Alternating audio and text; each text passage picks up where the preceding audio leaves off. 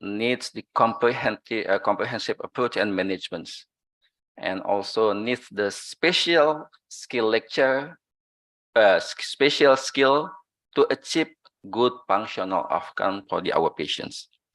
Actually, this lecture, like professor lecture like this today, is routinely lecture for the subspecialists at least every 2 months.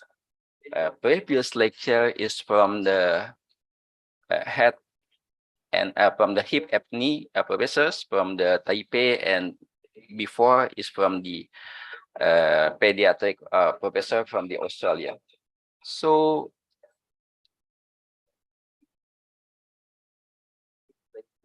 from the double, yeah. Before from pediatric.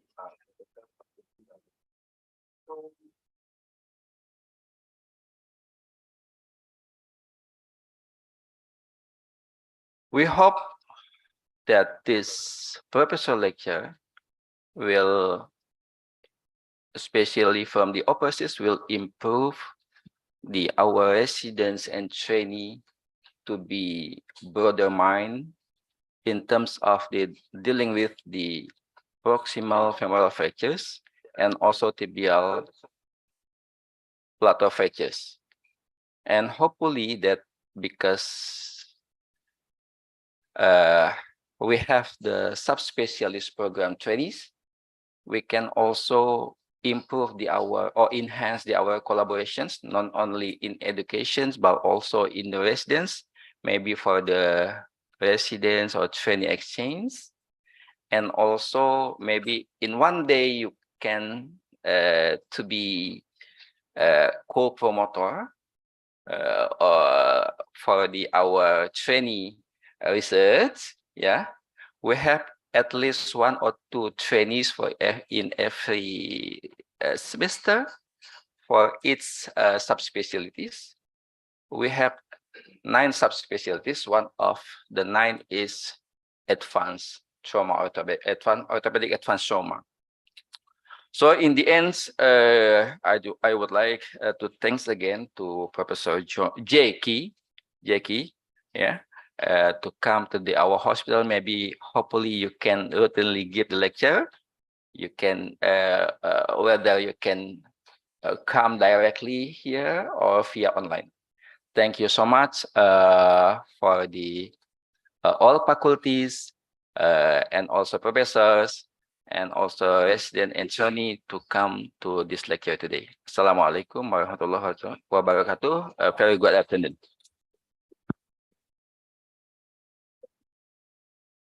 Thank you, Prof. Ahmad Fauzi Kamal, for the opening speech. Now we will welcome Dr. Wildan Latif as the head of Orthopedic and Traumatology Department.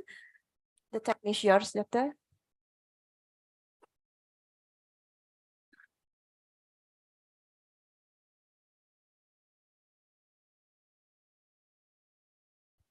Bismillahirrahmanirrahim. Assalamualaikum warahmatullahi wabarakatuh. Alhamdulillah, good afternoon all, and thank you again, Prof. JK. Yeah, I don't have much word to say because we have already met this lunch before. Yeah, but it's for our department, I think it's our pleasure. It's an honor for us. Really, it's an honor to having you here with your lecture, yeah, because besides the residents, the trainee, we also have the junior staff, and I also have to tell you all that actually we've met few weeks ago in a AO course event. It's like a junior faculty, and I also learned about the how to teach. Yeah, actually, teaching is not an easy. It has a specific technique, and what I want to say is that we have the junior staff here, Prof, and we are keen to learn also. So please let's just take a look. Not just the content of the lecture and also how to deliver a lecture. For example, it's also one that we can learn here. So I think it's a very great opportunity for all of us. Yeah. And also, I would like to say thank you to our patron here, Professor Ismail Prof. Fauzi, and also the chief of the residency program, Dr. Isan, that arranged this. I know also because Dr. Isan also the one who talked to Prof. JK there to arrange this meeting. And not to forget also for the sponsor from the CG Bio. Thank you very much, and we will looking forward for the next cooperation also. I think that's all for me. So please, Prof. JK, I hope you enjoy your visit here. Thank you very much. Wassalamualaikum warahmatullahi wabarakatuh.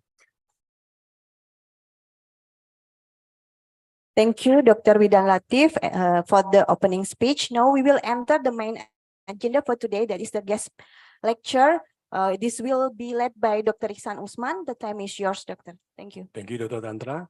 So before we proceed to the lecture, actually, Prof. JK, we would like to remind you that this lecture are going for both offline and online. So we have more than 60% that came into this event, and also 54 participants from online. So maybe after the lecture, we can discuss also a little bit Q&A session for both participant offline and online. And after that, we can also involving some case-based discussion that will be presented from our trainee and our residents. Okay, thank you. The floor is yours for you. Thank you.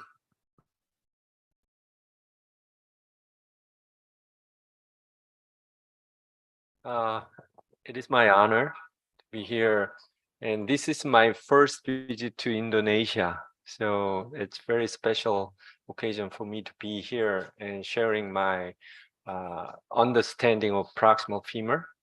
I prepared 3 slides actually. First one is about intertrochanteric, the second one is subtrochanteric, and then plateau fracture posterolateral corner. So, but let's start with the trochanteric fractures.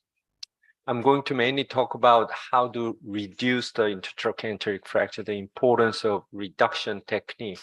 So here you can see this is 52-year-old male patient. You can classify according to the AO classification as 31A3 fracture because the lateral wall is already broken. You can see this is the main intertrochanteric fracture, and we have a secondary fracture line right through the lateral wall. So it, by definition, this is a A3 fracture. So what's new about this classification? So I was assigned to revise the AO surgery reference for proximal femur part last year.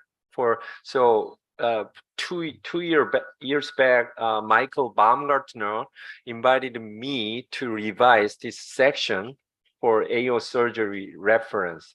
When you look up the Play Store or App Store, either Android or Apple, you can find these apps: AO Surgery Reference and AO OTA Classification app.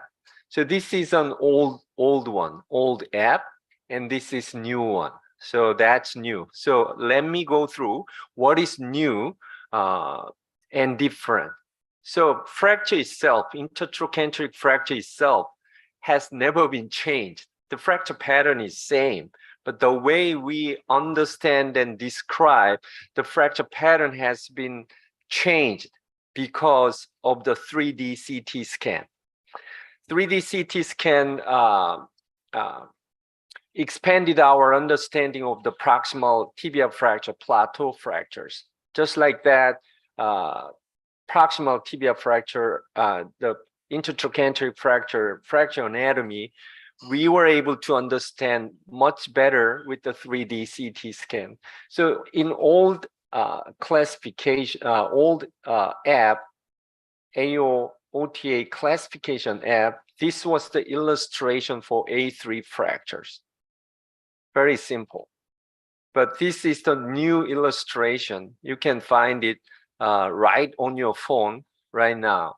So this is the primary fracture line. And this is the frontal surface. This is the back side. Can I bring my laptop over here?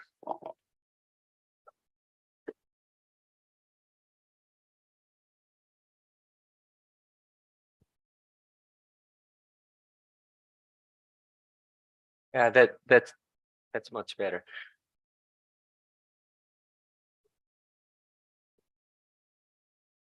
So in the past, this is much more close to the real life fracture pattern. So I try to illustrate the real fracture pattern, showing the both anterior and posterior surface of the fracture. So here you can see the coronal fragment at the back side, and front you have a main fracture line and secondary fracture line, like that. So that's the difference.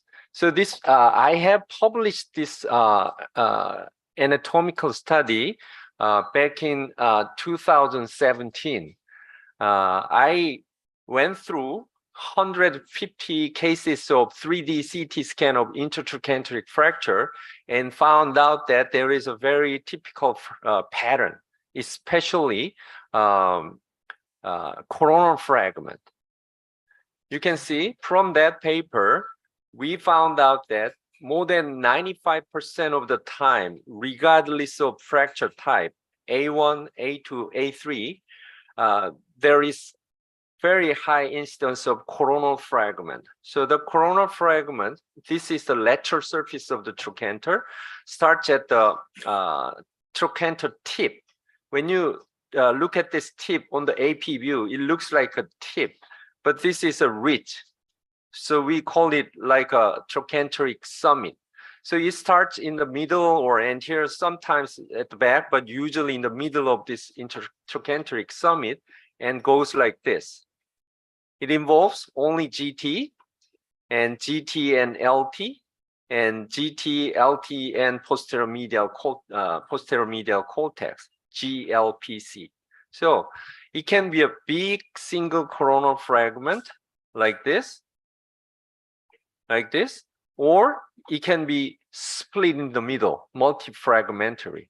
So here we have, in this case, we have coronal fragment, GT, and LT and PMC, posterior medial cortex. So GT and LPC fragments. So this is multifragmentary fracture. So when you look at this, now this is the basic primary fracture line running along the intertrochanteric line. And then there is a secondary fracture line starting from the middle of primary fracture line, exit right through the lateral cortex. And we have a big coronal fragment, including the LT and PMC.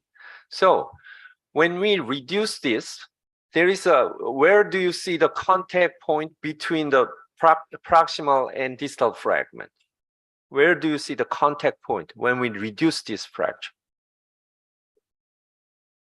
It is indicated by the red arrow right there, right? So anteromedial cortex, that's intact area.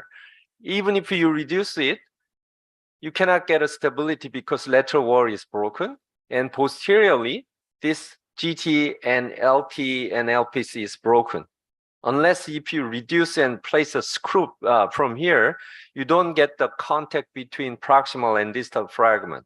So this anteromedial cortex is the most important part where you want to get a contact so that you can get a stability. So in A3 fracture, this is the most important point where you want to get a reduction and contact. So this was the traction view. You can see this anteromedial cortical contact point is not reduced. It's kind of impacted like this and overlap. So you would have to disengage. And also the shaft was translated medially. So because we know that there is a lateral wall fragment separated from the proximal, I tend to place pins through the lateral wall fragment to the proximal fragment anteriorly, so that these two fragments will not separate apart. And then this corner, usually the capsule is around there, so they tend to stuck. So if you don't disengage, they are not mobile. So this was the process where I introduced an elevator right through the fracture gap, release the soft tissue that's interposed between this anteromedial cortical gap. And once it is disengaged, then I was able to place a hook percutaneously and bring the shaft laterally. Now you can see this medial cortical line is aligned. And then I made a small incision and brought this Weber clamp, pointed reduction clamp, and introduce it and clamp the reduction, reduce the fracture. But I say this is a cerclage clamping because when we do the open reduction, we use this Weber clamp as a pointed reduction clamp like this, cortex to cortex. We clamp it like this. That's why it is called pointed reduction clamp. But in this situation, I use this clamp like cerclage. I place this clamp deep around the bone and then clamp it. Then you can use this clamp as a cerclage. So that's why I call it cerclage clamping. You can introduce this Weber clamp through this small incision and then grab the bone around and then use it like a cerclage clamping. So this technique was published last year on injury paper. So you can look up this paper. So I described this technique very thoroughly in that paper. So please look up that. After this talk, if you ask me to give my slide, I will give it to you for your education. So this is the paper I published 2021 on injury paper. When you look up this paper, I describe this cerclage clamping technique in very detail. So I reduced it and then guide pin inserted and then all that. When I introduced the nail, there was a little displacement. Do you like it? Is it acceptable? Somebody's nodding, somebody's shaking their head, right? So I stressed a lot about the importance of reducing this anteromedial cortex. So it is displaced, and especially the medial cortex is on the medial side and also intramedullary. It's called intramedullary reduction. So the Japanese surgeons describe this. So the neck part is intramedullary to the shaft, then it tends to slide more. So when it looks like this is not acceptable. So this pin is not the guide pin for blade. This pin was placed percutaneously to hold the lateral wall fragment and to the head and neck fragment. So it was placed very anteriorly, so it doesn't bother the nail positioning. So this anteromedial reduction was not acceptable to me, so I decided to reduce it further. So I retrieved the nail and then introduce one more clamp around there and then make the more anatomical reduction over the anteromedial cortex. And then the reason why the loss of reduction happens when I introduce the nail is that it was because of the mismatch between the portal I have made and the angle of the nail. There is a mismatch. So the medial entry point of the medial portion of the entry has to be further medialized. Can you understand this point? This reaming at the entry point was not sufficient. So when I introduced the nail tends to push the head into varus. That's why we have displacement. So although I have placed one more clamp and reduced it further, you still need to eliminate this deforming force created by this mismatch. So that's why I trying to ream further medially at the entry point. So this is very important. So my assistance is pushing this sleeve medially while I'm trying to ream this corner. So entry was medialized. And then the nail was introduced, and then you can see the reduction was maintained. So then the nail was introduced. I prefer to use long nail by default because I don't want to have another fracture below the shown nail, but that's my personal preference. So this is the post-op CT scan. So this is the corner where you want to make a good reduction, intermedial cortex reduced well, but you can see because of this lateral wall fracture, other than this intermedial cortex, there is no sort contact between these all fragments. So that's why it's so important to reduce this corner right here. Always focus on here, especially in A3 fractures. So we have a little sliding, but the medullary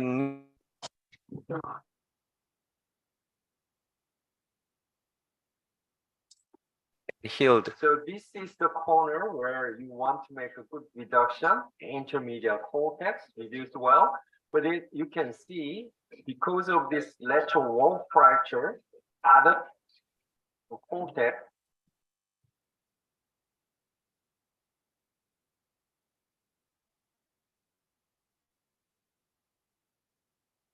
Is it okay? Yeah. So 2 years down the line, it healed functionally very nice. So I stress the same point again and again. This is the A3 fracture because of this big coronal fragment and lateral wall fracture. This intermedial cortical contact is the only anatomical site where you can get a contact and get the stability. Please focus on that corner. Okay, so I know this intertrochanteric fracture is so common, and you are dealing with this type of intertrochanteric fracture every day. So you know about this. So does it look similar, regular, or usual? Is there any difference from the ordinary intertrochanteric fracture here? Can you see the difference? Yeah, everybody's thinking about something, right? The amount of displacement is huge, right?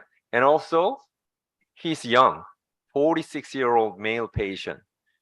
So this is not a simple fall and simple intertrochanteric fracture in osteoporotic fracture. This is a high energy injury, good bone quality. And that's why we have a serious displacement. The shaft is displaced superlaterally.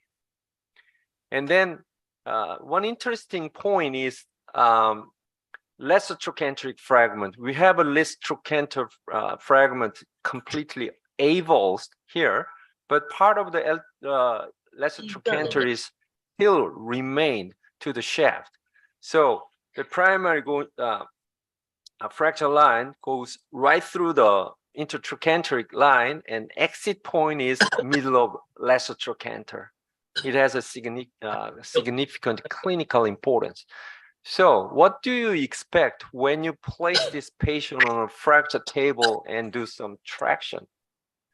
And many times we can get a reasonably good reduction when we do place the traction for regular trochanteric fracture. But this patient, I placed him on the fracture table and pull it down. Do you accept this reduction? No, it's far away from reduction. So what you can do is try some form of percutaneous manipulative reduction. And if it doesn't work, you would have to go for open reduction, right? So we have also small coronal fragment involving GT. So this case need a full open reduction.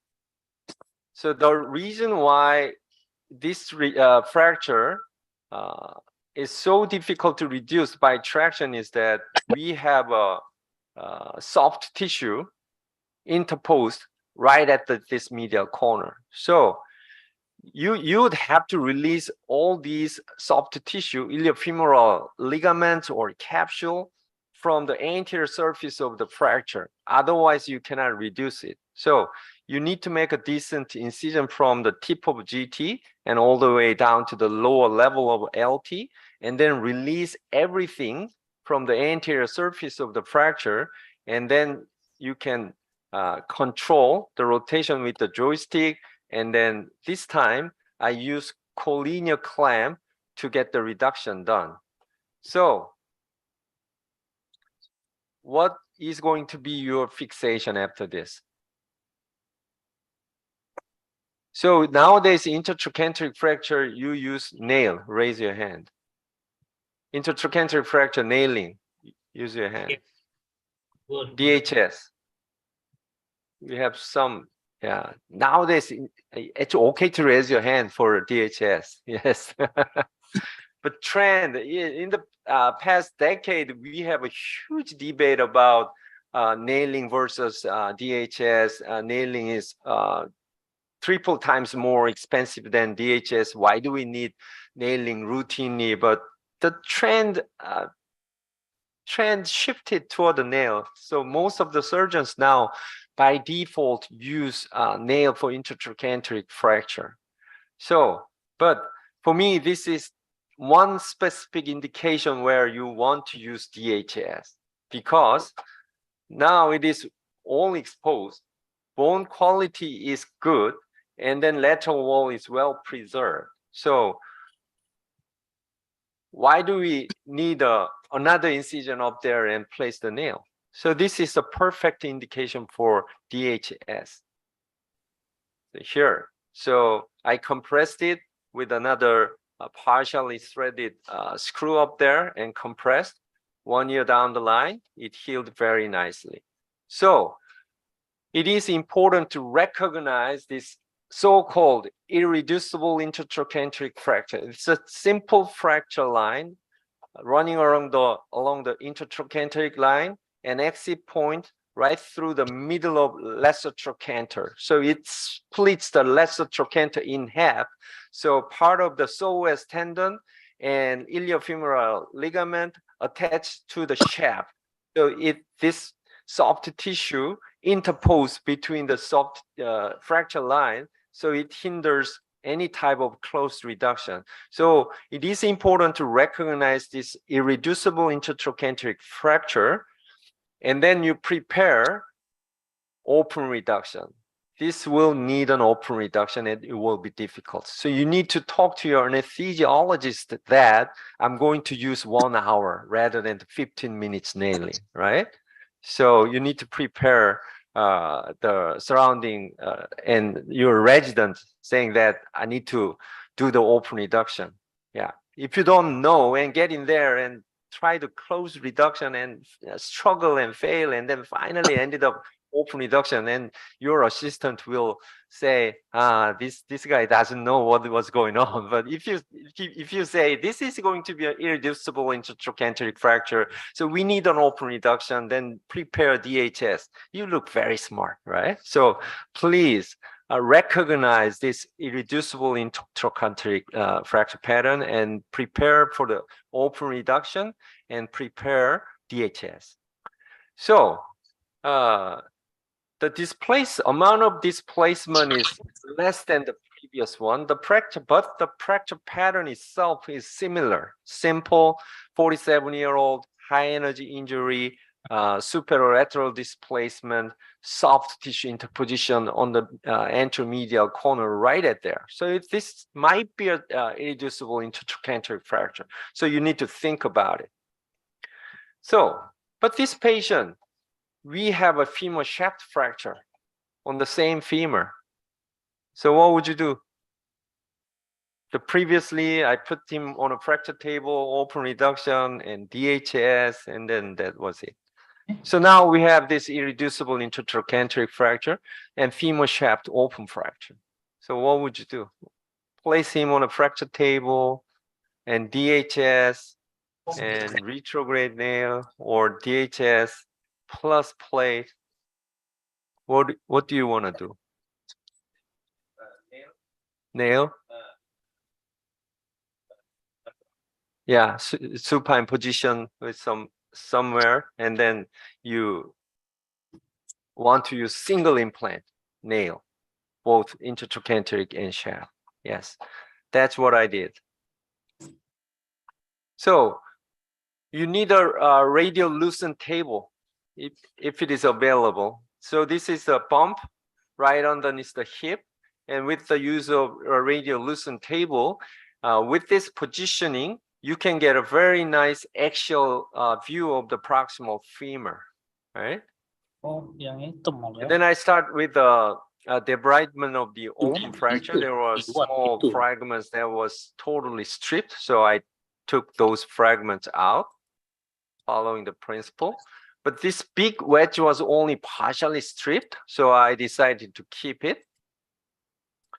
And once it is debrided, and then I move to the intertrochanteric fracture part. You can see here, this is the iliofemoral ligament attachment right here. And this soft tissue trapped within this fracture gap. So it hinders close reduction or percutaneous reduction.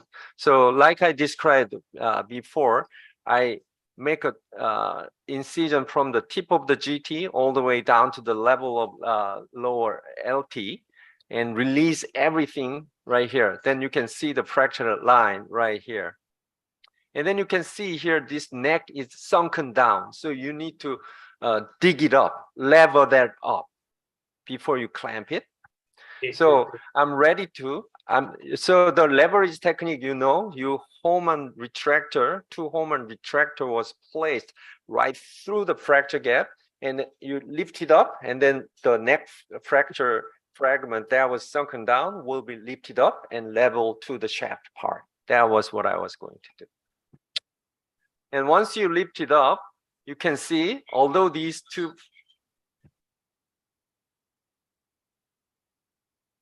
anterior cortical line is leveled up, you can see this gap and translation. So you need further reduction. So I brought collinear clamp, and then medial cortical line is lined up, but you see still we have a big opening up there. So I reposition the clamp. Anterior cortical line is lined up, but you need further close up this area, right? Still in varus. But if you release this clamp, then you will lose this translation. Anterior cortical line will displace. So what I did was I placed the K-wire. But this time I used only 2.0 thin K-wire because this reduction is not perfect yet. You need to further fine-tune the reduction. So I want this temporary pin maintain the anterior cortical translation, but still gives me a flexibility to fine-tune the further reduction. So you can see here, the anterior cortical line is maintained by this thin pin, and then I placed one clamp over this GT tip area. And now you can see this pin is bent. So this pin is maintaining the anterior cortical line on the axial view, but allows me to correct the varus deformity. So now I was happy about this reduction.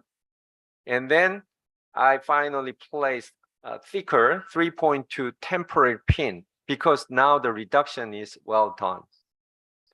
And then the nailing was proceeded for the shaft. So this temporary pin was placed anteriorly. I can still place the nail, but when you once you've done the reduction and trying to maintain the reduction with this pin, the nailing can displace your reduction. So please be careful when you look at this image. So you can see the anterior cortical gap was noticed while I was sitting in the nail. So I placed the partially threaded cannulated screw anteriorly, so this gap was closed and compressed.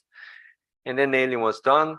And then there was a big wedge displaced, rotated. So I flipped it and then placed a small fragment plate, 2.0 plate, just wedge to the proximal shaft. Distal part was not dissected at all. Distal part was here, so I did not go after that. So 9 months down the line, both fractures healed very well. So irreducible take-home message, and in A3 fracture, I told you the new illustration can be found on AO surgery reference. Please install that app and look up those images. I illustrated those coronal fragment with the dotted line all the way. So for A3 fracture, this anteromedial reduction is so important. Please focus on that. And then recognize this irreducible intertrochanteric fracture and prepare yourself for open reduction and DHS. But when you have a combined shaft fracture, you can do the same thing on a radiolucent table in a supine position with the nail like this. Thank you very much.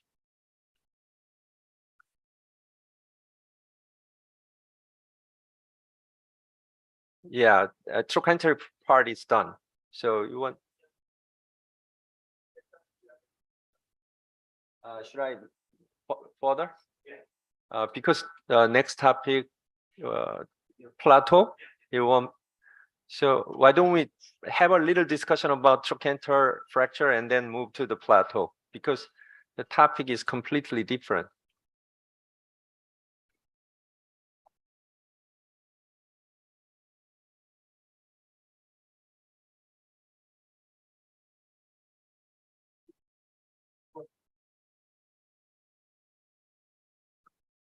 Okay, thank you, Prof. JK, for the quite a nice lecture about the proximal femur fractures. Is there any question from the floor or maybe from the online activities participants? Okay, question from, can you give the mic?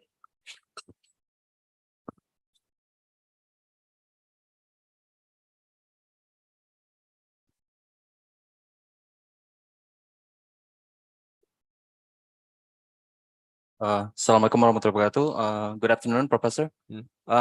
Thank you for the wonderful lecture. My question is, in your slide, you show us several patients that you perform open reduction in nailing. How can you propose or plan preoperatively that this patient would need open reduction, or this patient would need just need close reduction? And also my second question is that in your presentation you said that you prefer longer nails besides shorter nail.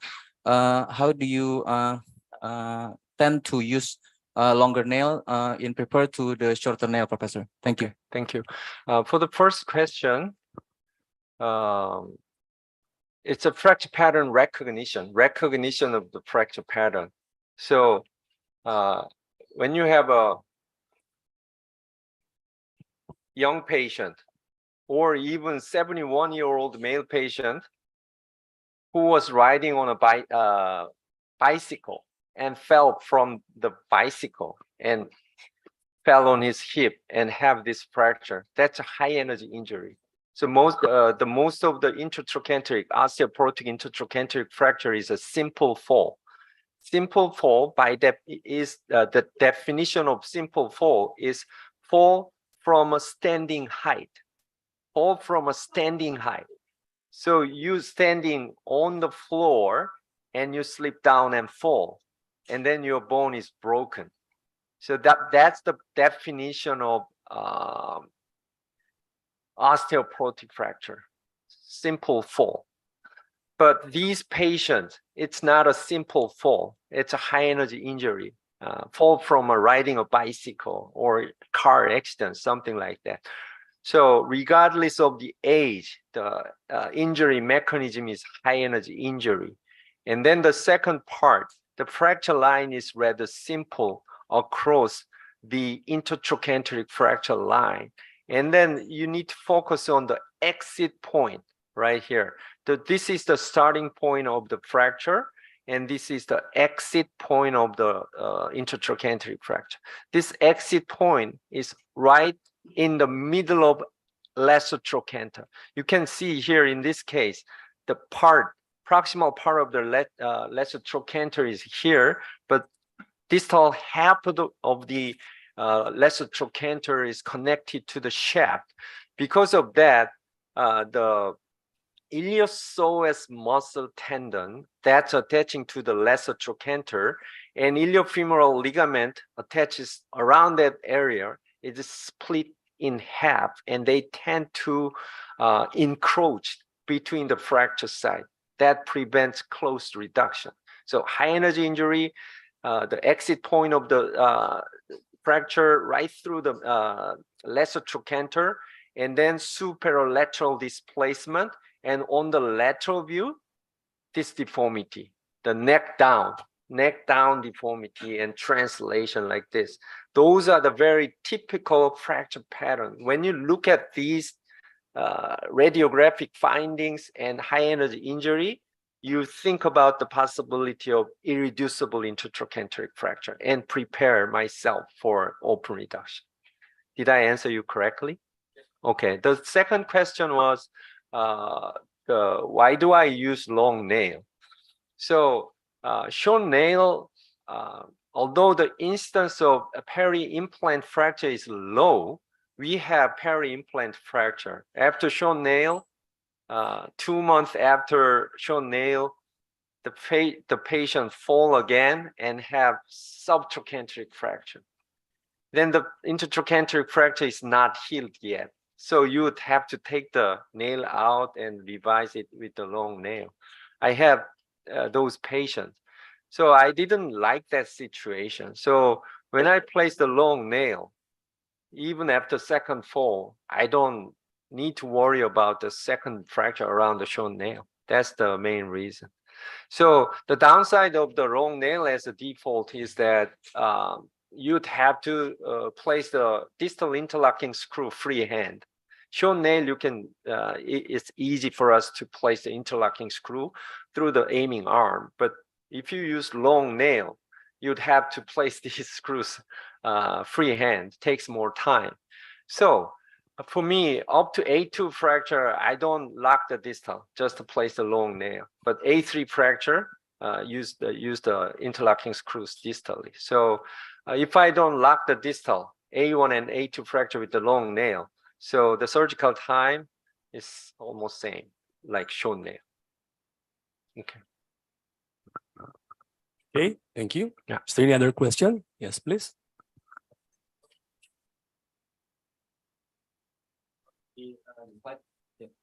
The slide that you shown us in this case, intertrochanteric fracture combined with the shaft, femoral shaft fracture.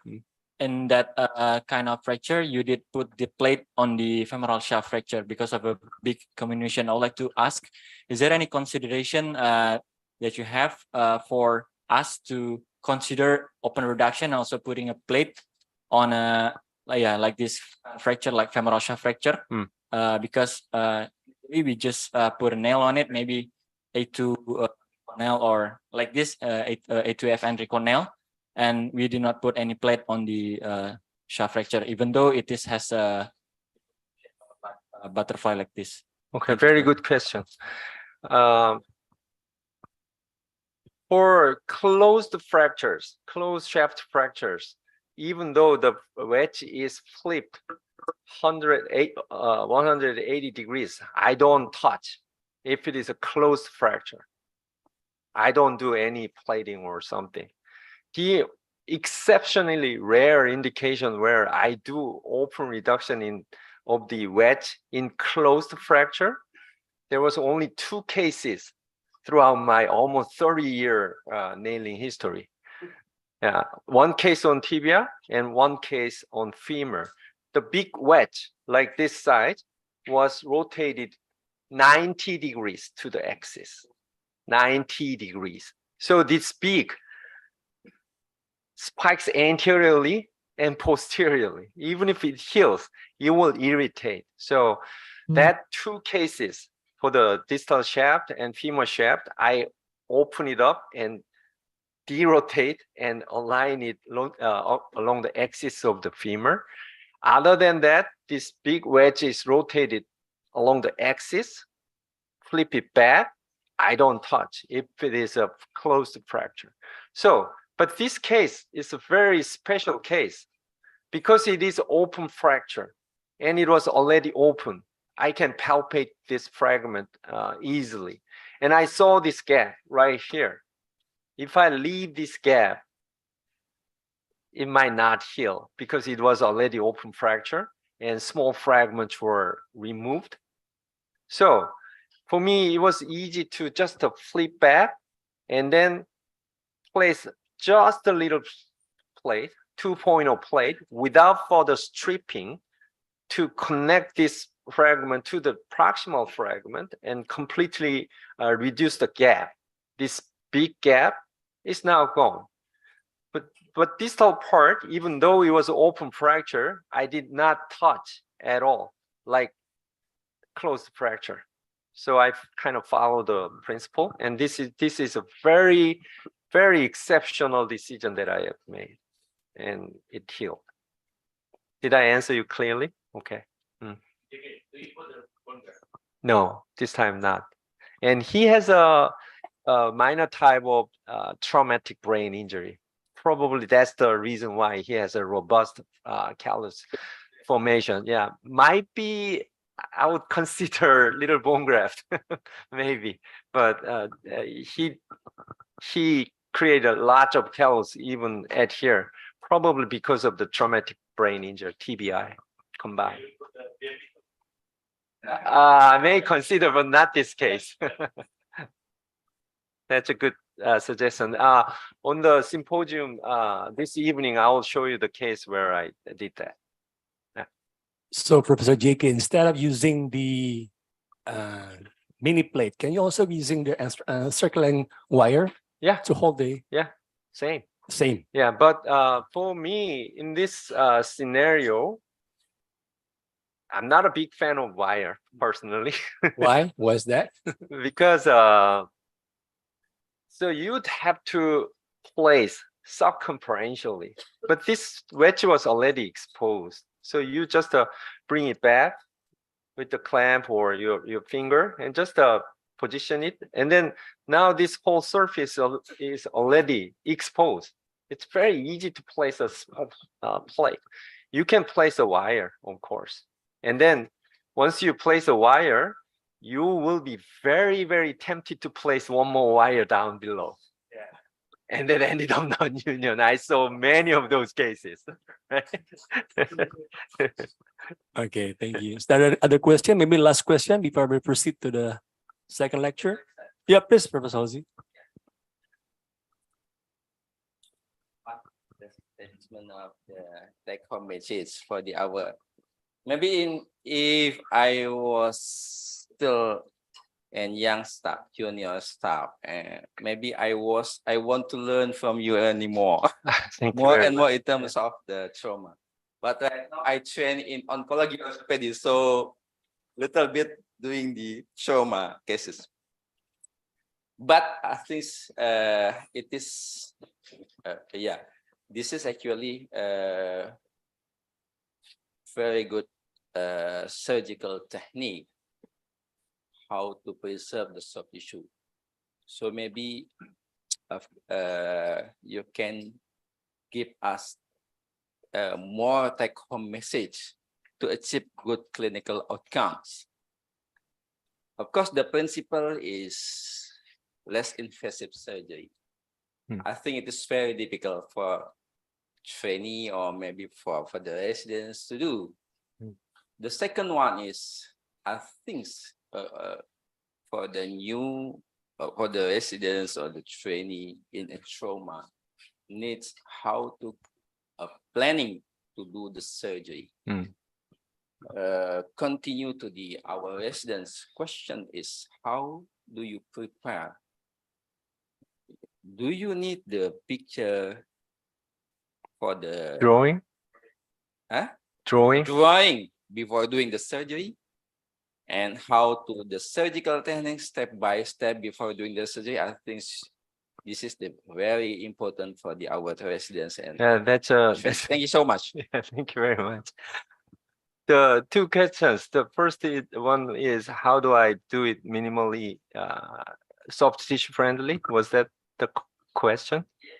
Yeah, it's hard to explain, but the one point I'd like to highlight is that I don't want to strip any further than the strip already happened by trauma. So you see here, these muscles are not stripped. And I learned this one thing from Jeffrey Mast. Heard about his name, Jeffrey Mast. Jeff Mast, godfather of orthopedic trauma in United States, and he passed away 3 years ago. And I was very lucky to meet him in Davos, one of the Davos courses.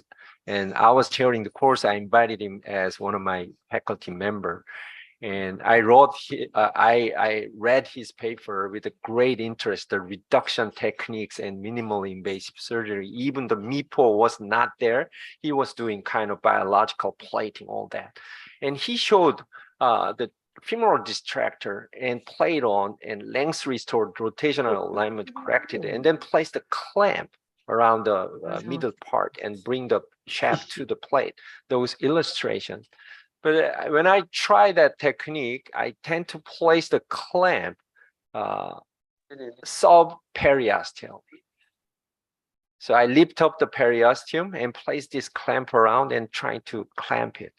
But everybody knows that the reduction is not just a single magical clamping. You'd have to try it. It's not accurate here, so you reposition a couple of times, and then you would end up stripping everything. Yeah, that was the reality. So when I met him, I asked this question to him: how do you prevent that? So he told me that you place this one prong to the other side through the muscle, not subperiosteally. That was the very important trick he told me.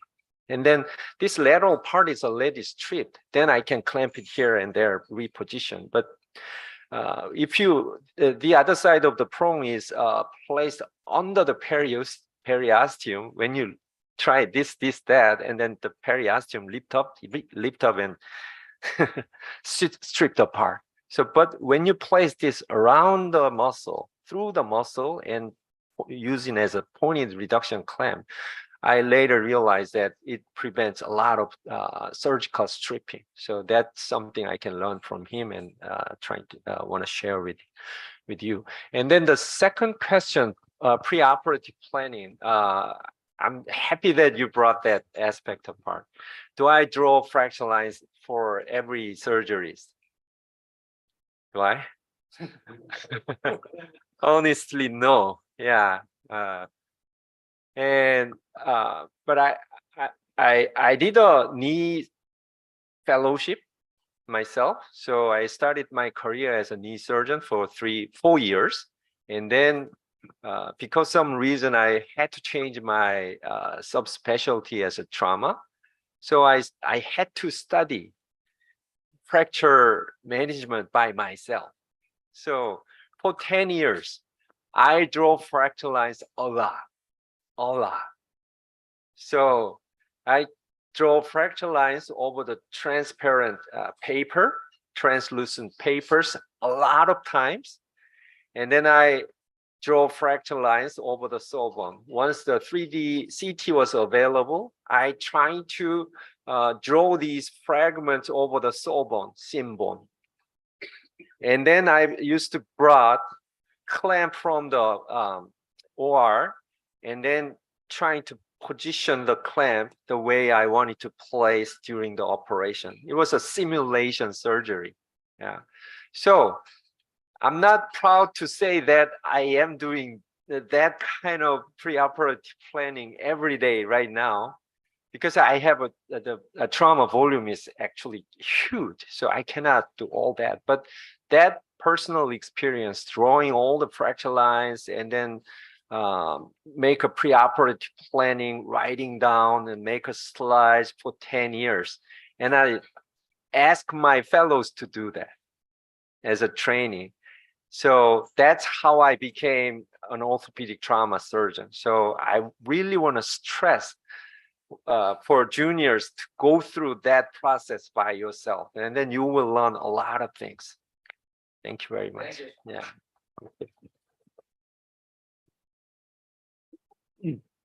Okay, Professor JK, we still have some question from the Zoom participant, but I think we can keep it later. So maybe we can proceed to the second lecture. Plateau. Yeah, and then also all the participant can try preparing all the question for the second lecture. Thank you.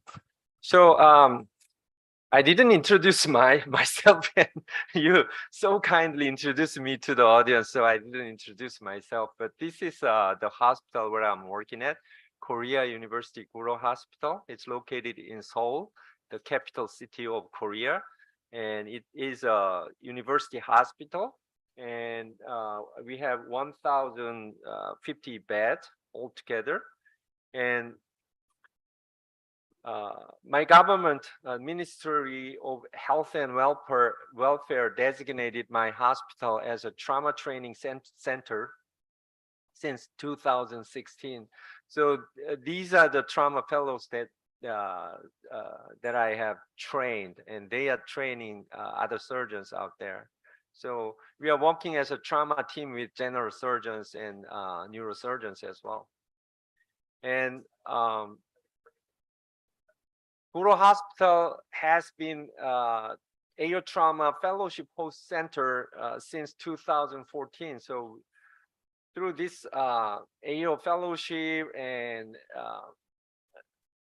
KFS visiting fellowship programs, and then all the other sources, I have been hosting visitors, more than 100 visitors for the past 10 years. So I would welcome any of you who want to visit me in various sources, through the various sources.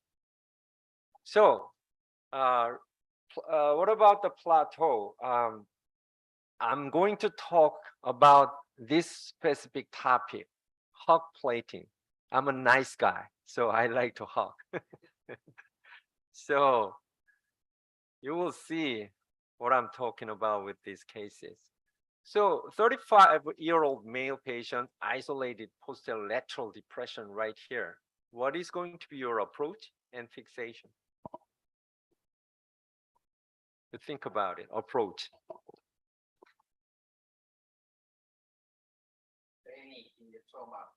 Yeah, juniors, please.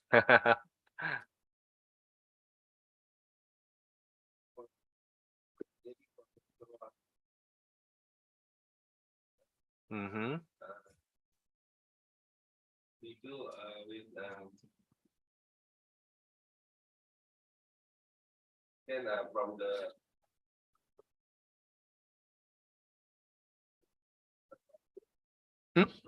Posterolateral approach.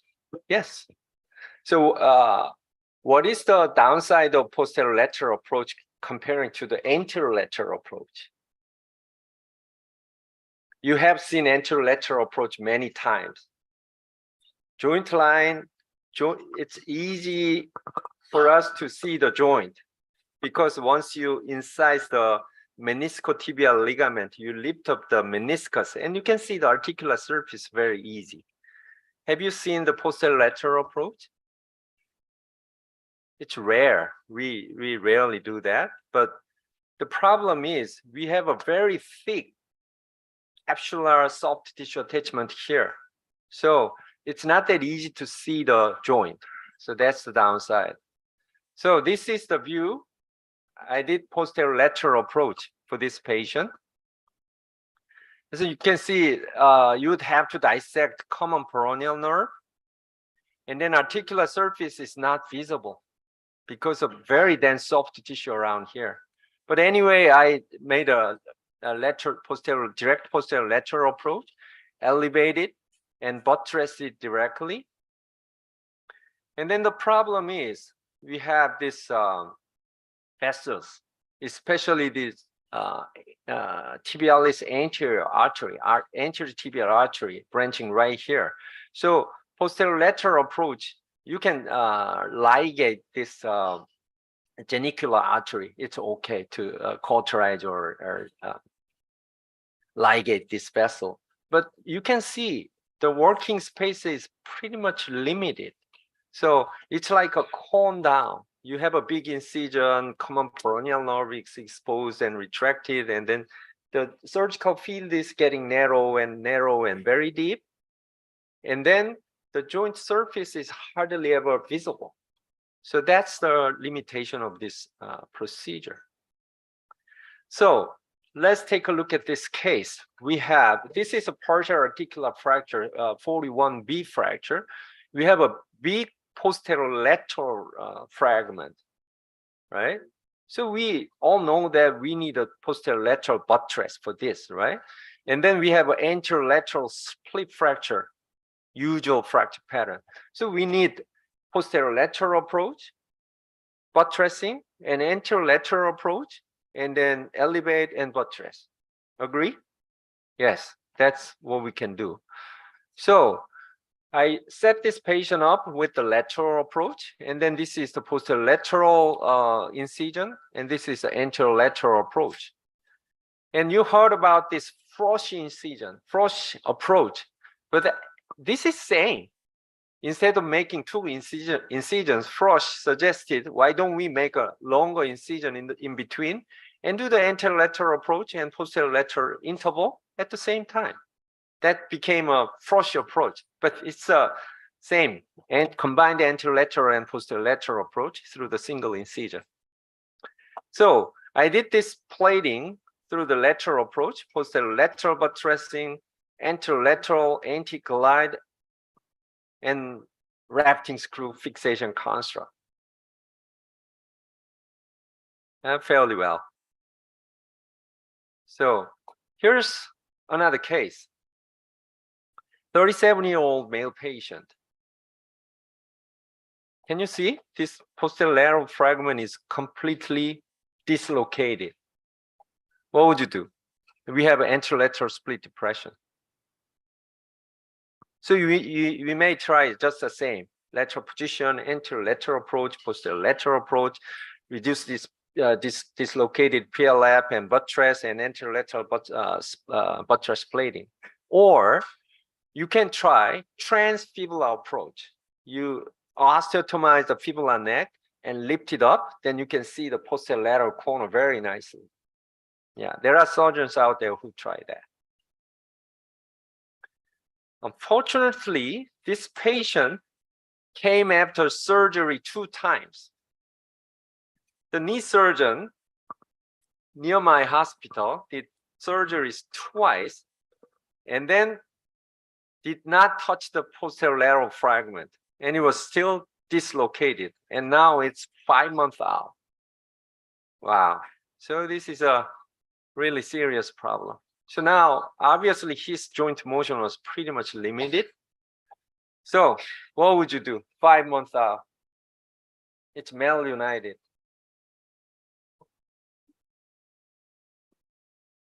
It's a very challenging situation. So these neglected cases or reconstructive cases for around the posterolateral corner, my choice is transfibular approach. I'll show you how you do it. So you cut the fibula neck and lift it up, and then you can osteotomize the fibula PLF and bring it back, and you can screw it down of the fibula neck. if I finish this story right here, you'll be, wow, missing many things. You can see here, pre-op, PLF, completely malunited and osteotomized and brought it back and placed the rim plate around. So if these people have had this out of the way, you can do all this. And 3 years down the line, he restored the joint motion and fairly good functional restoration. So this is the moment when I do the fibular osteotomy. How many of you want to do this? It's scary. I mean, my assistant is retracting the common peroneal nerve, and then I'm trying to cut the fibular neck and then stressing that. I was nervous. So what if we have a paralysis? We have a paralysis after this, right? So this is a really nice approach, but once you've done it, you really don't want to do it again. So that's the downside. Anyway, so once you make a osteotomy and get the fibula head away, then you get a very nice view. And then you can see once this fibula head is lifted up, and then you can see this is a posterolateral fragment completely exposed. And then you can osteotomize and reduce it and place the rim plate. And as you saw the previous slide, his functional status is much improved. But now he's 42 years old, 5 years down the line. Probably 50, late 50s, 60s, somewhere down the line, he needs an arthroplasty, probably, right? Who wants to take this implant out? Me? No.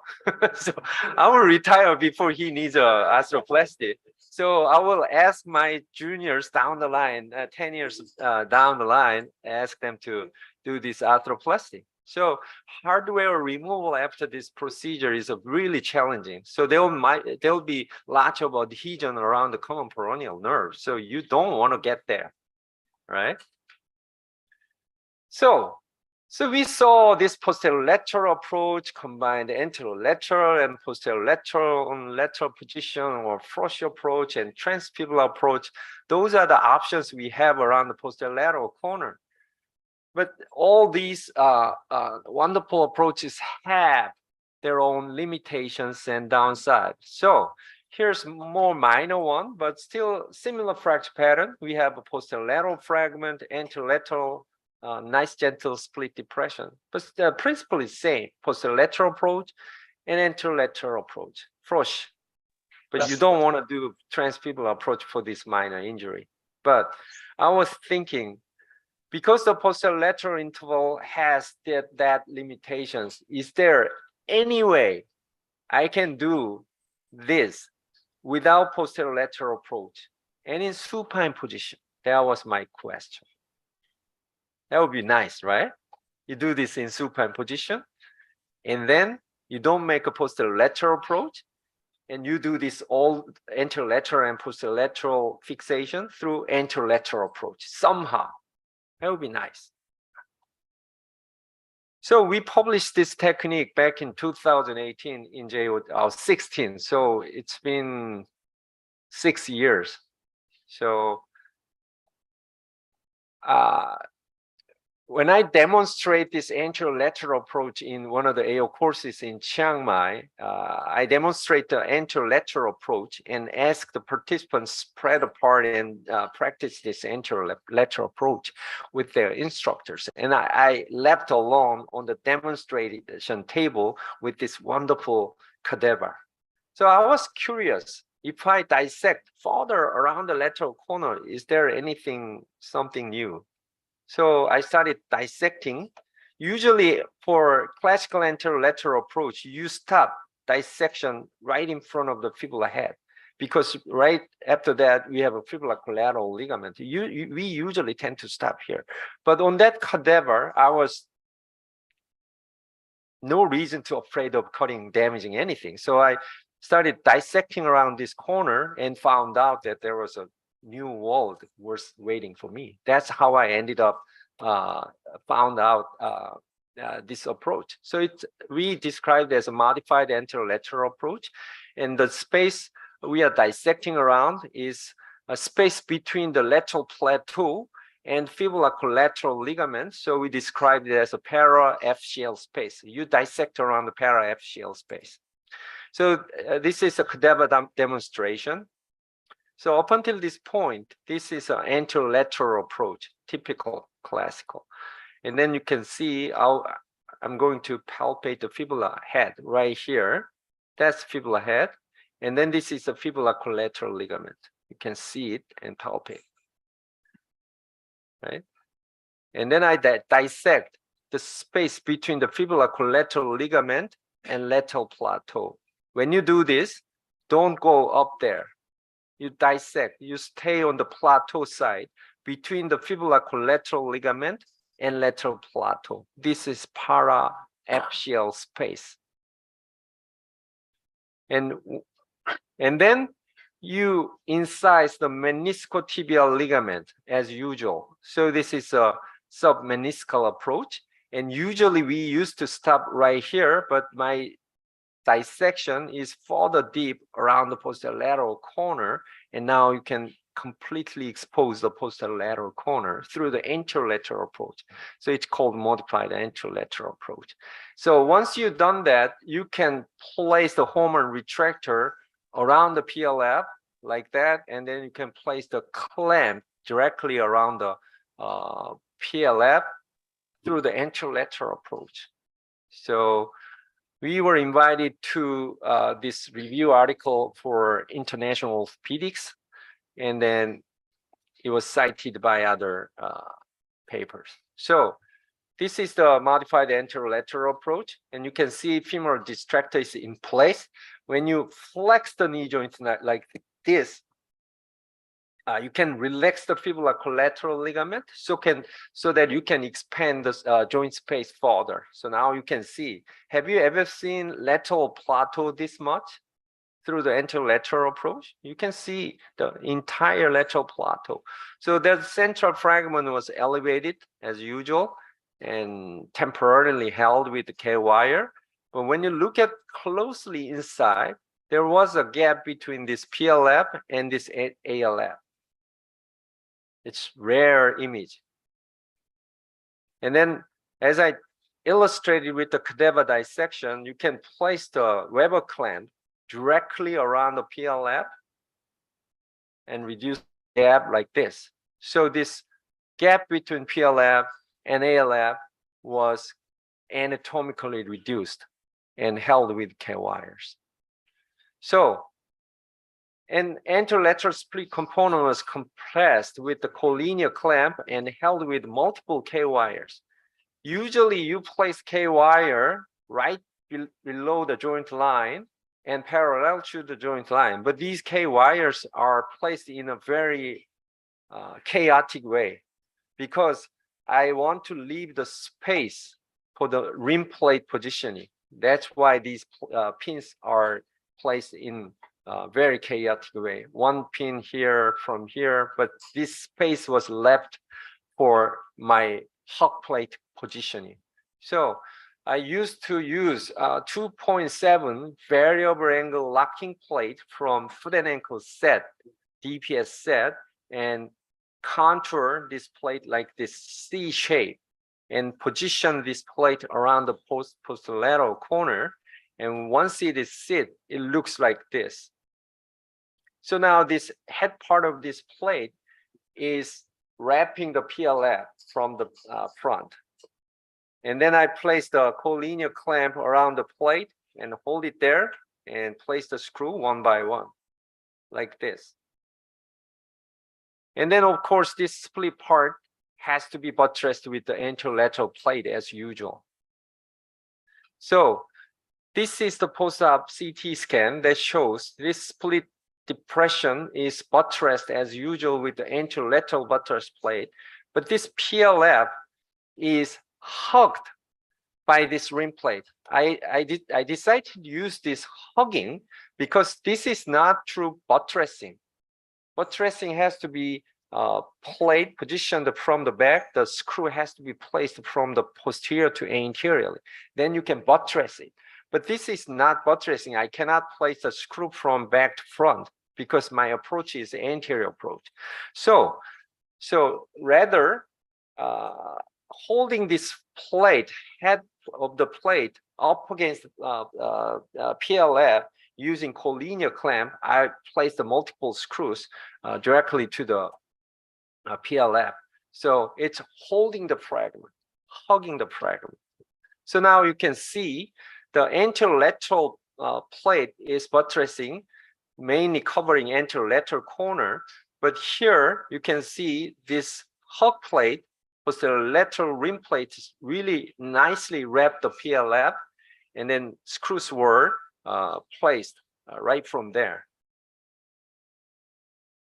Now, 1 year after that, so this combined anterolateral posterolateral plateau fracture was managed through the anterolateral approach, modified the anterolateral approach in supine position.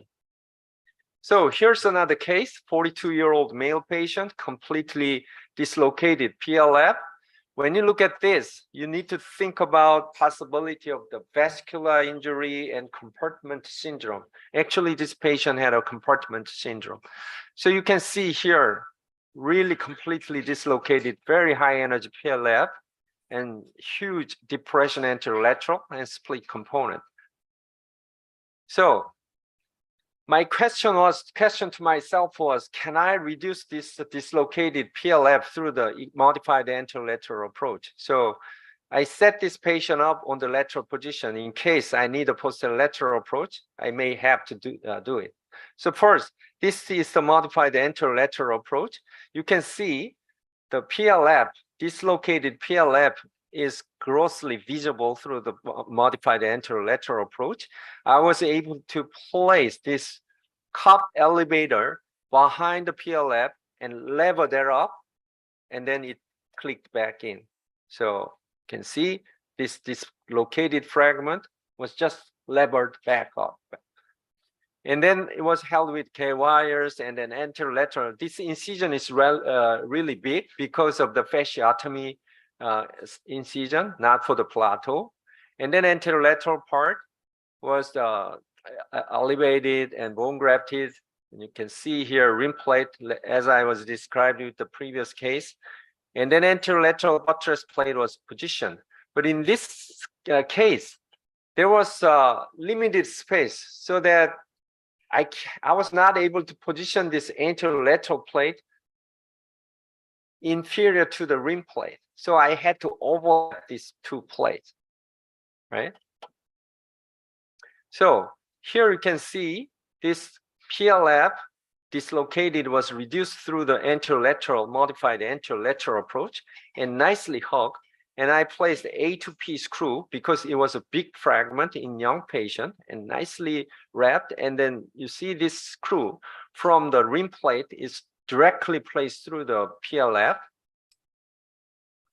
And this is the posterior screw that I was able to place directly to PLF through the anterolateral approach. So I did the cadaver study and published it in JOT in 2018. And what we have found was that in 80% of the time, there was enough space to place this hub plate and anterolateral plate separately. But for about 20% of the patient, there was no such space. Then you'd have to overlap these two plates. And clinically, it doesn't create any problem. So this is one of the oldest patients that I applied this principle. So now I have 6-year follow-up. We have 2 surgeries, fasciotomy, and then the second surgery was through the modified anterolateral approach and hug and anterolateral plate. And now you can see very nice healing with a good functional result only through modified anterolateral approach in supine position. Maybe I have to speed up a little bit. So very big full subconferential comminution on the anteromedial side. I want to share one of my mistake with this case. So I decided to stage the operation, medial first, and then anterolateral later, posterolateral later. And then this is the medial approach. So MCL is right there. Medial approach is not common approach. So you need to think about the presence of MCL. It is usually located right in the middle of the fracture line, right there. So you'd have to walk around it. So I did the first stage and I saw this gap, and post-op CT shows that my reduction between posterior medial and anteromedial was not even close to perfect or anatomical. I made a big mistake. So I had to revise it. So what was the reason? So I didn't look at the joint right there because this MCL was covering that fracture site right over there. So I saw the fracture line down below and clamped it, thinking that the articular reduction is done. But that's a common mistake we can make. So in this medial reduction and between anterolateral and anteromedial and posterior medial, you'd have to dissect either along the anterior or posterior to the MCL and retract it and take a look at the fracture site at the articular surface and make a reduction at the articular level. Otherwise, it's very easy to make a mistake, okay? And then this posterolateral depression, I used a anterolateral approach because there was a meniscus was torn. Because of the meniscus, I needed the anterolateral approach. So we have a big posterolateral depression, not a single block. So it was elevated through the bone temper like this. And then this defect was filled. I nowadays use HA granules. I deliberately placed this photo because this whole program was sponsored by some company right here. So nowadays, I have 3D printer in my trauma fellows room. Yeah, I had a grant from the government, so I bought 2 3D printers and asked my fellows to learn how to do it. How to print the bone. So they do it. I don't know how to do it, but I know how to ask them to do it. So I print out the mirror image and then draw these fracture lines. You talk about preoperative planning. So when you need this type of contouring, it is very nice to have this 3D printed model and fracture line drawing, and then contour this plate over the 3D printed model. So this is something new from my initial publication. My limitation was placing PL to AL screw because it's an anterolateral approach. So nowadays I develop a small interval behind FCL. This is FCL. I develop small interval behind FCL. Then you can shoot screw from posterolateral to anteromedial direction. Can you see it? So this is a retro FCL window. We are preparing for manuscript for publish this.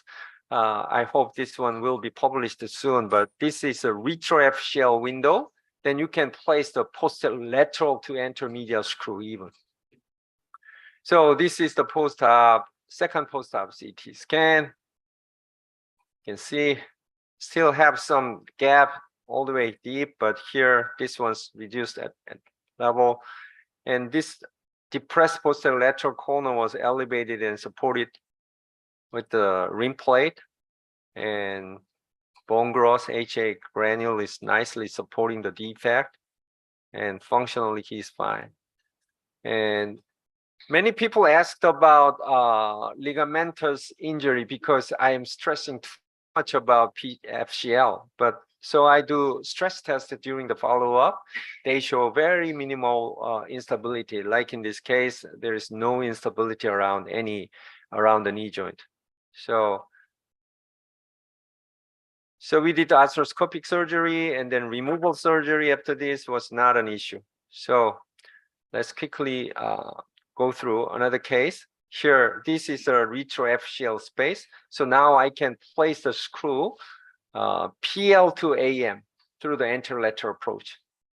So now you can see this elevated fragment is nicely wrapped and hugged very nicely with multiple screws. This PL corner cannot be wrapped with the anterolateral plate. Okay, so take-home message. We have multiple options from transfibular approach and Prof combine the anterolateral, posterolateral, all that. But for me, combine the anterolateral and posterolateral plateau fracture is my choice is modified anterolateral approach and remain anterolateral buttress plating. Thank you very much. Yeah, thank you, Prof. JK, for the second lecture regarding about the tibial plateau fractures treatment. Is there any question from the floor regarding this lecture? Before also we open up for the question from the Zoom participants. So JK, regarding about when you overlap the both plate on the posterolateral side of the tibial, how do you have the problem to covering the soft tissue on that side, comparing just only one single plate when doubling plating? Yeah, good point. So now these two plates are overlapped, so it became thicker. But the tip is when you do this approach, anterolateral approach, you make an incision, sharp incision along the axis of iliotibial band. Iliotibial band inserts right over the girdle. So you make an incision, middle of iliotibial band, and then distally you have crural fascia that's covering the anterolateral muscle group. So you make this incision in line with the crural fascia. So you sharply divide, lift up the anterior flap, anterior half of the iliotibial band, and in connection with the crural fascia anteriorly, you lift up and keep the connection anterior flap continuity together, and then the posterior flap as well. So anterior half is anterior half of the iliotibial band, posterior half of the iliotibial band, and there is a crural fascia connected these anterior and posterior flap. So once you keep that flap continuity of the flap intact, you can close it over the plate, even though they are overlapped. So it's decided by the initial surgical dissection. It's difficult to explain without a picture, but when you do the initial dissection, make a split, sharp split of the iliotibial band in half right over the girdle, and use the scalpel and sharply lift up the anterior half and posterior half. Then you can have a redundancy and close it over. Yeah. And how about for the post-compartment syndrome fasciotomy? How long is the gap between you performing the first and second operation? It was about a week. We use a vacuum, VAC, vacuum assisted closure. Yeah, VAC. So after fasciotomy, just only put a VAC. Yeah, VAC for a while.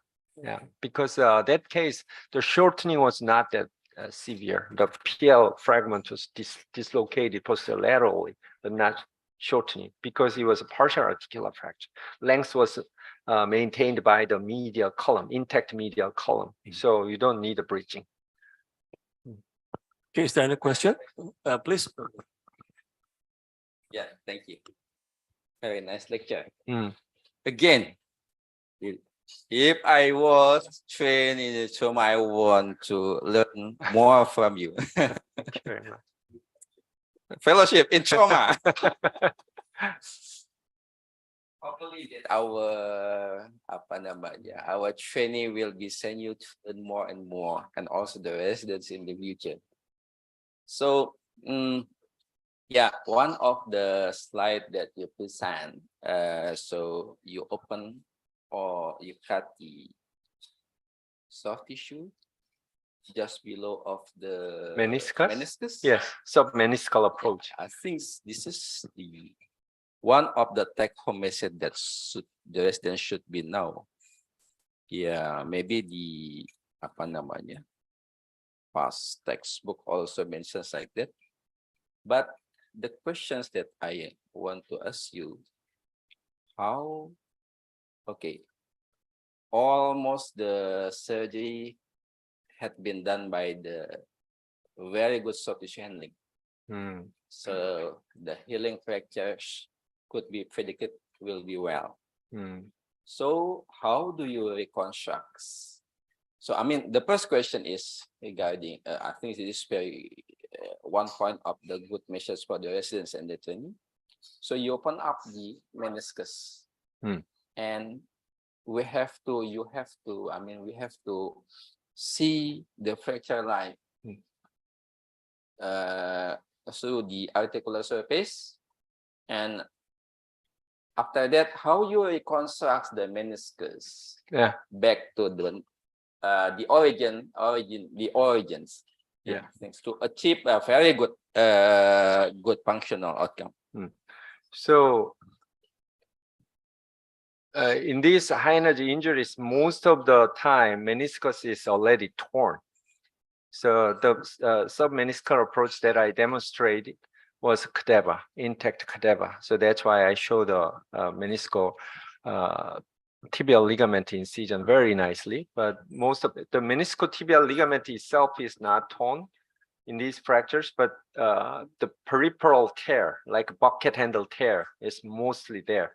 So when you incise the meniscotibial ligament, if there's an empty space between bone, it means that meniscus is torn and trapped into the fracture site. So you need to look it up and then pick it up with the, typically for me, coca clamp, and then place a suture and bring it back to the capsule on the femoral side. So you would have to repair the meniscus to the capsule. It's a meniscocapsular repair with the multiple suture, and then you bring it, lift it up, and then you can see the joint.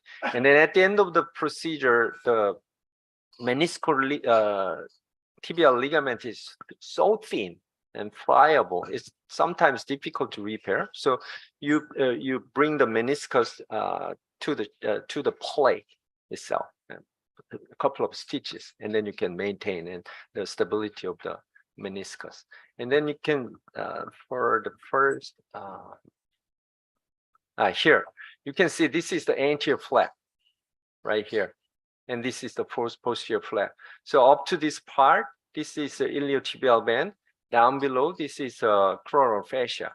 So you don't want to disrupt this continuity right here, both anteriorly, posteriorly.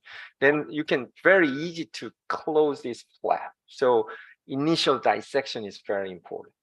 And then regarding to your soft tissue care, this is one rare occasion where we really strip the bone. I mean, this anterolateral surface of the split fragment, we strip like a crazy. I hate that part. But because I need to position the plate and reduce it, I would have to do that dissection. So it's important for us to dissect from the periosteum to the fascia as a single layer, single flap.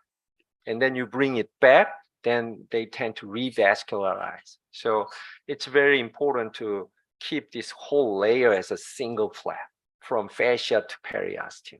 That's my answer. Okay, thank you, Prof. JK. Yeah, Many maybe we hands can just put two questions. Yeah, there. So, thank you, Prof. JK. My deepest appreciation for you coming to Jakarta. So my first question is regarding the hugging plate, which for me is very interesting. So how do you determine the position of the hugging plate? How proximal, or do you have any landmark? And what plate do you use? I read from your lecture you use the foot plate 2.7. And how long do you use? How long is the plate? Because one case I saw that the hugging plate is long from the anterior to posterior, and another case that I saw that only from the anterior to the posterior, anterior to the lateral. So how big the hug? Yeah. How big the hug is? And for the second question regarding this soft tissue, we usually in this hospital you use the dual incision, and sometimes the dual incision create skin necrosis or adhesion between the incision. So how do you, any suggestion for that? Thank you, sir, Professor. Thank you. So the first question, any landmark to position the plate? So I typically bend. This is more of a J shape rather than C shape, because you can see more of an acute bending over here. Usually I bend this hole at this level. So this is the plate head, this is the neck, so this is the first hole of the shaft. I typically bend, make an acute bending around this first hole. Then this part will be covering the posterolateral fragment, PLF. So usually that amount for the Korean patient, probably Asian patient, the length of the hugging is enough when you bend that. And then the landmark, you want to see the posterolateral corner nicely. So when you make a true lateral view, they tend to overlap with the fibula head.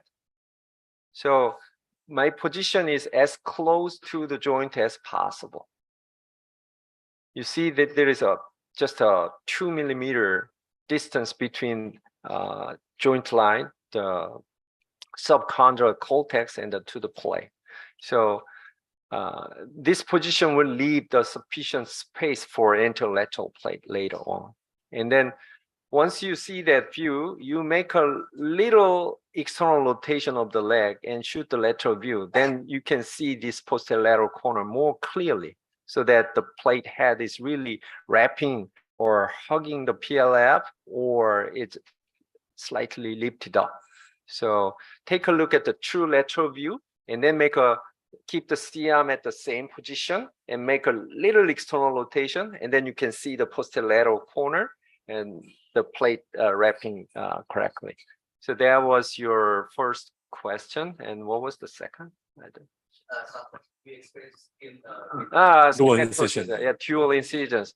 Like I mentioned before, so we stripped a lot around the bone. We really stripped the periosteum. So when you we make multiple incisions around the distal tibia for pilum fractures. So, and around the plateau, I do the same thing. When I make an incision, my assistant, especially new coming fellows, they tend to bring retractors. And then I said no. Once I incise the periosteum, then I allow them to retract. Skin necrosis happens when you retract subcutaneous layer.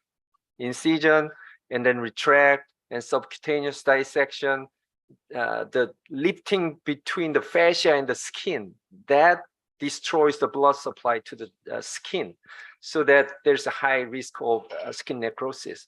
So at least before you incise the fascia, you don't want to bring your retractor, and you don't want to dissect at all through the interval between skin and fascia. So you keep the whole layer, skin, subcu, fascia, as a single flap. And in the posterolateral corner, the whole skin, fascia, muscle, periosteum all together. And then you can keep this thick layer as a single flap, and then you can prevent damaging the blood supply to the skin. Okay. Yeah. Okay. One last question from Dr. Daryl.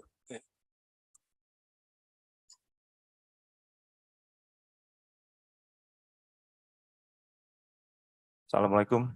Good afternoon. Allow me to introduce myself. I'm Daryl, one of the junior staff in the department.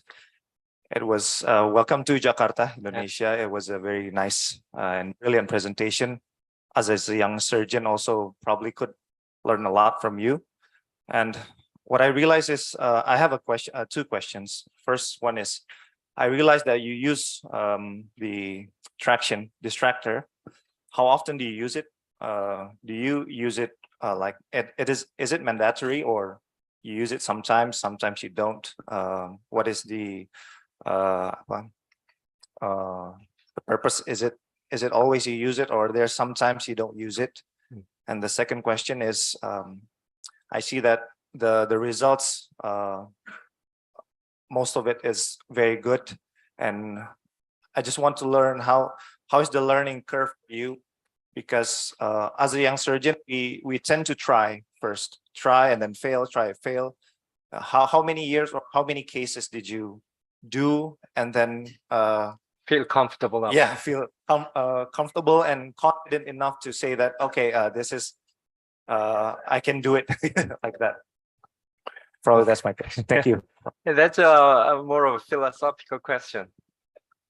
So regarding the femoral distractor, obviously in this case, I didn't place a femoral distractor. When we have a minor, kind of relatively minor displacement, I start with without using femoral distractor, and then try flex the knee and then manual stress, varus stress a little bit to open up the fracture side. If that's enough, I don't use the femoral distractor.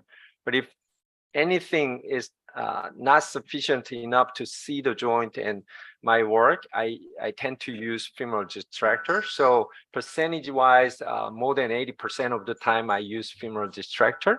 The technical tip for femoral distractor is you want to place the shank screw at the center of the lateral femoral condyle, so that you can pivot the joint around that shank screw. So now you can flex the knee joint to relax the FCL and distract to see the joint. And when you need to see the C-arm, AP-C-arm image, you want to extend the knee. Then you can extend the knee because this shank is around at the center of the kind of center of rotation. And then you can pivot the joint like that. So that's my question about femoral distractor. And then learning curve.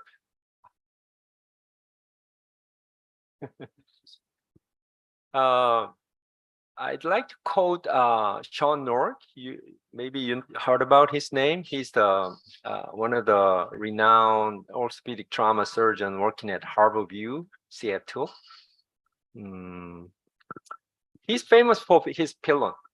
So his pilon surgery is so artistic. So he reconstructs smashed pilon fracture amazingly. So at the end of the day, one of the participants asked him, was a faculties, because the other faculties cannot do pilon like him. So out of jealousy, probably asked him, how many hours did you spend doing that pilon? He goes like 8 hours, sometimes 9 hours. And then one of his impressive pilon talk, the final message: to do the pilon best, you need to have a patient. Have to be patient. You have a patience. So back to your question to me. This is not easy, obviously. I make the slide very nice, and then in 25 minutes, I show the very nice cases, but I cannot do this surgery 1 or 2 hours. It's difficult, especially when you see, make an approach and distract and see the joint. That part is enjoyable. Oh, I can see the depressed articular fragments so well. Nice. And once you elevate it, once you elevate the fragment and reduce it, and then this space is getting smaller and smaller. It's difficult to see. And then the highlight part is position the plate. And now everything is reconstructed. Space is narrow and sometimes really tight. It's difficult to even see. So that time you struggle. And you think about, you struggle making interlateral and posterolateral approach and retract the femur, common peroneal nerve, all that. Comparing that struggle, is this struggle is worth going through? Think about it. And then there are top cases for me. I don't know how to define, get to know these patients in advance before the surgery, but I still don't have an answer. There are some patients, the space is very tight. Even with the femoral distractor, I cannot see the joint. There are some cases, maybe 1 or 2 out of 10 cases. If you meet that patient as your first patient, you struggle a lot. So don't give up. You try further. And then I have few surgeons around the globe send me an email. I'm going to do this surgery. So can you provide me some material? One of the surgeons from Kentucky University sent me an email. So I sent my whole slide, 800 megabyte slide with the video sent to him to make his surgery better. That's why we want to do this. We want to make the patient care better. So you ask someone who had experienced ahead of you, and they will guide you. And then try, and think about when something's wrong. You think about it and then review it and why, what was the problem, and you think about it. I banged my head against a shower booth multiple times. When the post-op X-ray final CM image is not happy, I bang my head against the shower booth, and then review the process one by one. What happened? And then you find some point, and then next time you get to do it better. This is not just about Plateau, about trauma surgeries, and it's been almost 30 years since I started practicing trauma surgeries all by myself, self-taught. And now people call me an expert, master, all that kind of stuff, but trauma is still not easy to me. So I'm still learning. So don't give up. Thank you. Thank you. Thank you, Prof. JK. I think it was almost running out of time. So maybe we can spare some minutes for 2 case presentation from our fellow and also residents. So maybe you can give any comments regarding about the case discussion. Maybe can we just about 10 minutes, okay? Sure. Okay, before we close our session. Thank you very much.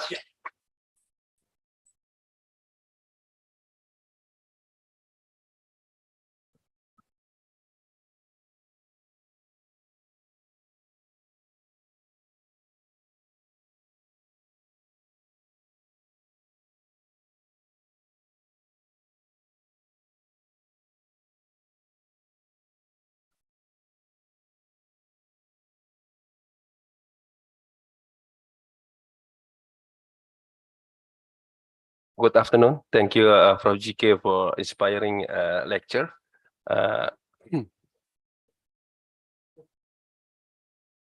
We also have some cases that we prepare. Maybe we need some advice or from you for discussion. One case is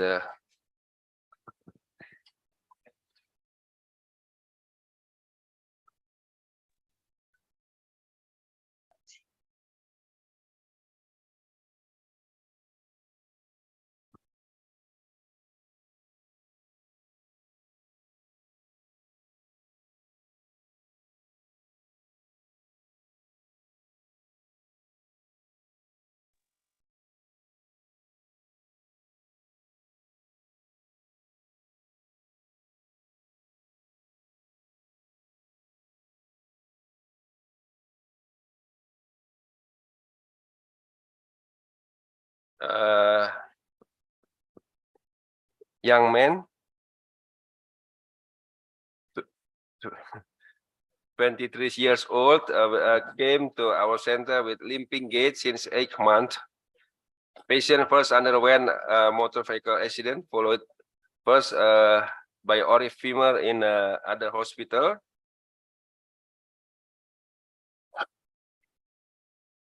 In a separated accident, patient was diagnosed with peri-implant fracture, causing the implant to be removed and arrive revised using intermedullary nail, also in other hospital.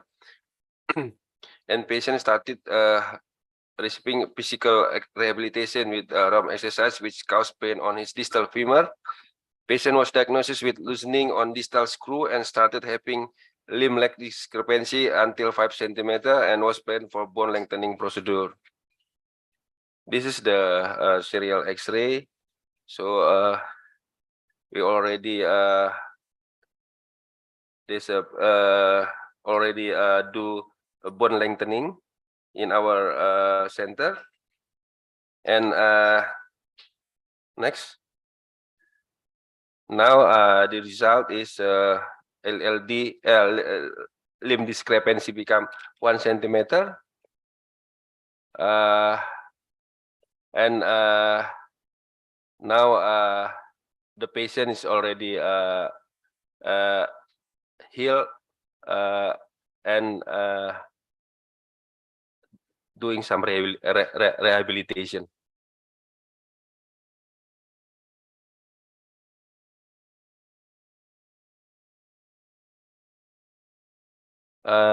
Next case.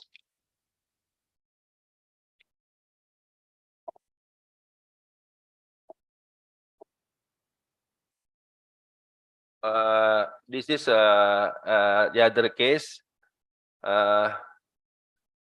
with close fracture of right tibial plateau Sasker type 2.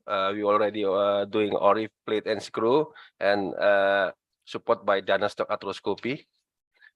Next, we do also with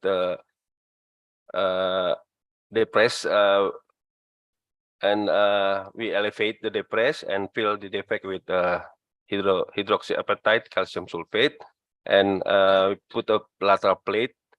And next, and also the patient is actually the patient is our colleague and spine surgeon, and the result is quite good.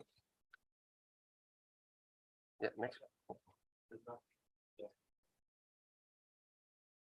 Yeah.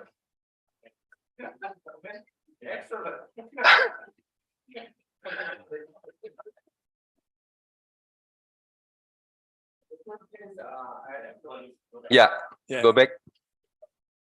Serial X-ray. Congratulations. Can we see the first case? Yes. After lengthening, was it lengthening of a nail? Yeah. Yeah. Then We didn't take off the why didn't you keep the nail? you have to track. Track? To make a like railway.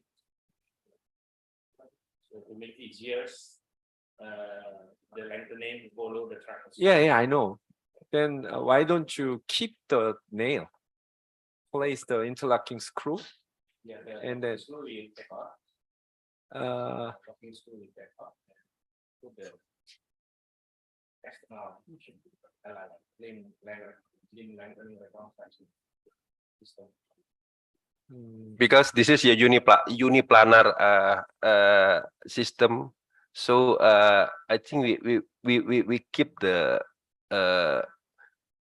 nail to maintain the direction of the yeah, I like it. yeah. I like it. It's called lengthening or transport over nail technique. I like it. My question is, once you lengthen it, you can keep the nail and place the interlocking screw to the distal, and then place the augmentation plating. Then the whole fixation construct is more fatigue resisting. I mean, it will last long. So plate nail versus just a plate on the femur, plate nail is safer. So once you finish the lengthening, you can place the interlocking screw and then take the X fix out and then augmentation plating. That's my question. How about that? Then you can keep the nail. You have a lengthening gap and still regenerating. If you have a nail inside, it's really safe. So in other words, you didn't have to do the remove of the nail, only nail and plates. Once you finish the lengthening, you can place the introduction screw to the Yes. distal fragment. Yeah. And then the lengthening will maintain. But the distal fragment is the engagement of the nail to the distal fragment before another plate, augmentation plate. So we want the nail plate construct, then we can allow it very much more flexibility. Yeah. Of resting. Yeah, actually, in the beginnings, we would like everything is take out because the intraoperatively, everything is the callus formation is good. So that's why we remove and then do the DFL with the problem in this patient. Actually, there are two issues, two problem. The number one is non-union on the femoral shaft and also the shortening. So shortening.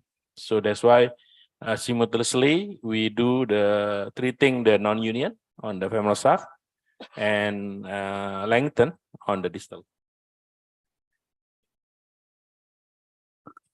Another case. Oh. Yes, sir. Okay, but I think we have to finish. Is there any comment for the second case, Prof. JK? Excellent. Okay.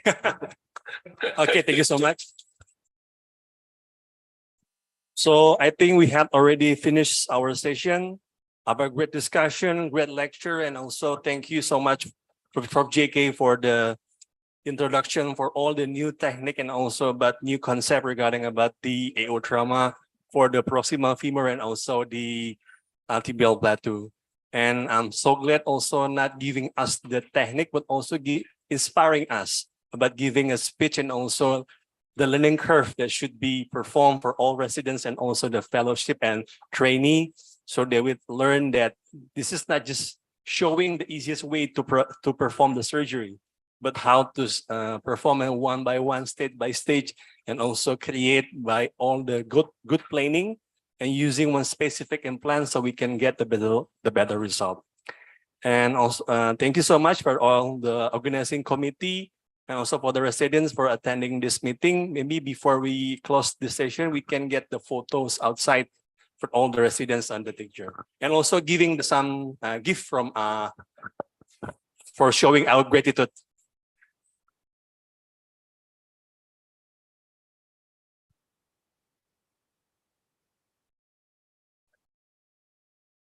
Maybe Prof. Ismail give the certificate and also the gift from our institution, Prof. JK.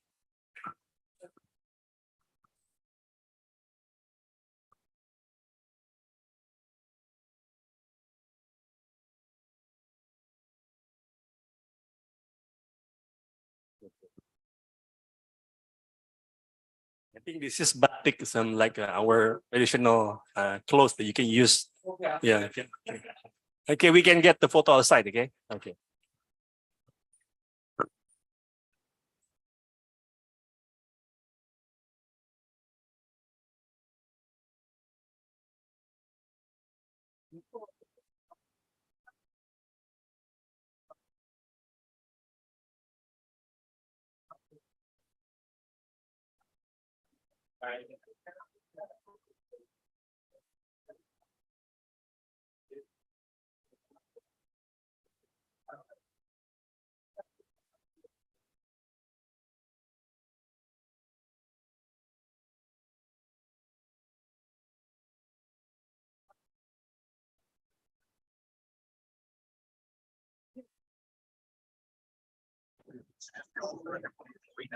Terima kasih presentasinya.